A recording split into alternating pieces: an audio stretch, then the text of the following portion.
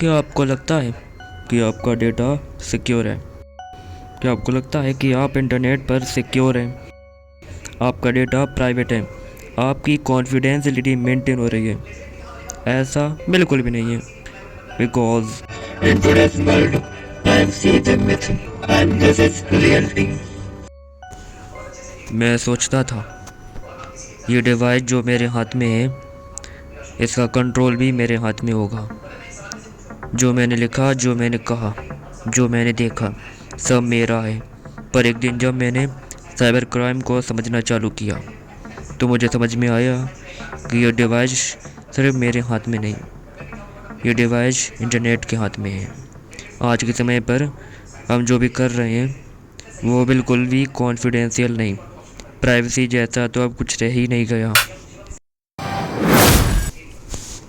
तुम्हें लगता है कि तुम्हारा डेटा सिर्फ तुम्हारा है।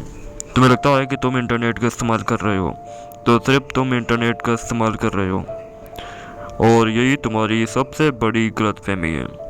चलो आज कुछ साइबर क्राइम के माध्यम से कुछ केस को स्टडी करके हम जाने साइबर फ्रॉड के बारे में, साइबर क्राइम के बारे में, और उनसे कैसे बचा जाए, फिर उसके बाद उसे समझेंगे। चलिए स्टार्ट करते हैं केस नंबर 1 के साथ। Case number 1, Instagram fishing batch का ट्रैप। दिल्ली के एक फेमस इन्फ्लुएंसर जिनके 200 के फॉलोअर्स थे, एक दिन एक ईमेल आया, your Instagram blue tick is approved. उसने बस एक क्लिक किया। एक क्लिक ने उसके पूरे आइडेंटिटी को चुरा लिया और उसका अकाउंट हैक हो गया। फिर उसका इंस्टाग्राम, उसका ईमेल और उसके बैंक क्रेडेंशियल्स सब उस हैकर के हाथ में पहुंच गए और उसे पता भी नहीं चला कि उसका डेटा ब्रीच हो चुका है। जितने भी इंस्टाग्राम अकाउंट या सोशल मीडिया अकाउंट हैक होते हैं उनमें से 35% देखा गया है कि फेक फिशिंग के द्वारा होते हैं, और आज के समय पर फिशिंग टेक्निक एक बहुत खतरनाक टेक्निक बन चुकी है। केस नंबर 3, मलीशियस ऐप चार्जर या स्पाई। एक ऐप मिला, fast battery charger pro. Download किया, रेटिंग अच्छी थी, पर परमिशन देखी तो माइक, कैमरा, कॉन्टैक्ट, स्टोरेज सारी परमिशन ले रहा था ऐप। इसका मतलब कि एक बैटरी चार्जर ऐप को इतनी परमिशन क्यों चाहिए? क्या कारण है इसका? अब तुम्हारा फ़ोन तुम्हारा नहीं रहा, तुम्हारा माइक भी तुम्हारा नहीं रहा, तुम्हारी मेमोरी भी तुम्हारी नहीं रही, तुम्हारी गैलरी में जितनी भी फ़ोटो हैं वो तुम्हारी नहीं रही। इसका कारण है तुमने जो ऐप इंस्टॉल किया था उस ऐप के अंदर एक मलीशियस सॉफ्टवेयर था जिसने तुम्हारे फ़ोन के सारे डेटा को कैप्चर कर लिया। इसे कहते हैं रेड ट्रोजन। मतलब क्या इसका? Remote access Trojan. और ये वायरस क्या करता है, तुम्हारे फ़ोन को सेशन हाईजैक कर लेता है, यानी कि तुम्हारे फ़ोन पे एक्सेस ले लेता है और उसके बाद तुम्हारे सारे डेटा को एक सर्वर में बाईपास कर देता है। ये टर्म टेक्निकल लग रहा है पर इतना भी नहीं है। तो आपको समझना होगा, अपने फ़ोन में कोई भी वायरस हो सकता है। अगर आप अपने फ़ोन में बिना अथॉरिटी के, बिना वेरिफिकेशन के किसी भी ऐप को इंस्टॉल कर लेंगे, उसके साथ वायरस भी हो सकता है। इसलिए हमेशा ध्यान से इंस्टॉल करें जो भी आपको करना है।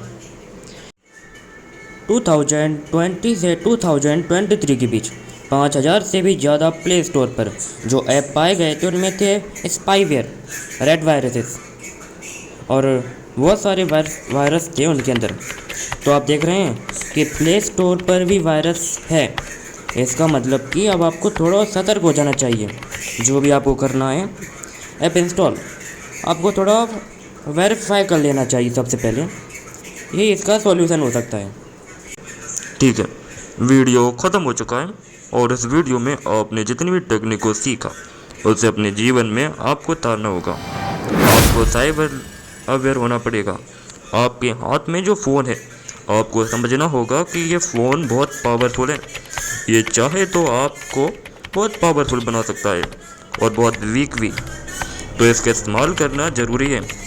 हम सिखाते हैं लोगों को किस प्रकार इंटरनेट का इस्तेमाल करें ताकि आप भी इंटरनेट का सही तरीके से इस्तेमाल करके पावरफुल बन सकें, ना कि एक टारगेट। लोगों को अवेयर कीजिए इतना आप कर सकें, और बाकी काम तो हम कर ही रहे हैं। अपने दोस्तों के साथ, अपने फैमिली मेम्बर्स के साथ इन टेक्निक को शेयर करें। ऐसे ही और दिलचस्प कंटेंट के लिए हमारे चैनल को फॉलो करें, जहाँ पर हम साइबर सिक्योरिटी को स्टडी करेंगे, साइबर स्कैम को स्टडी करेंगे और समझेंगे कि कैसे अपने जीवन में इंटरनेट का सही से उपयोग करें। और अगर अच्छा लगे तो लोगों के साथ शेयर करें और लाइक भी कर सकते हैं, आपकी मर्ज़ी। पर याद रखें, जीवन में ज़रूर उतारें। बस यही है इस चैनल का पर्पस। खुद अवेयर हुई है और दूसरों को भी अवेयर कीजिए। धन्यवाद।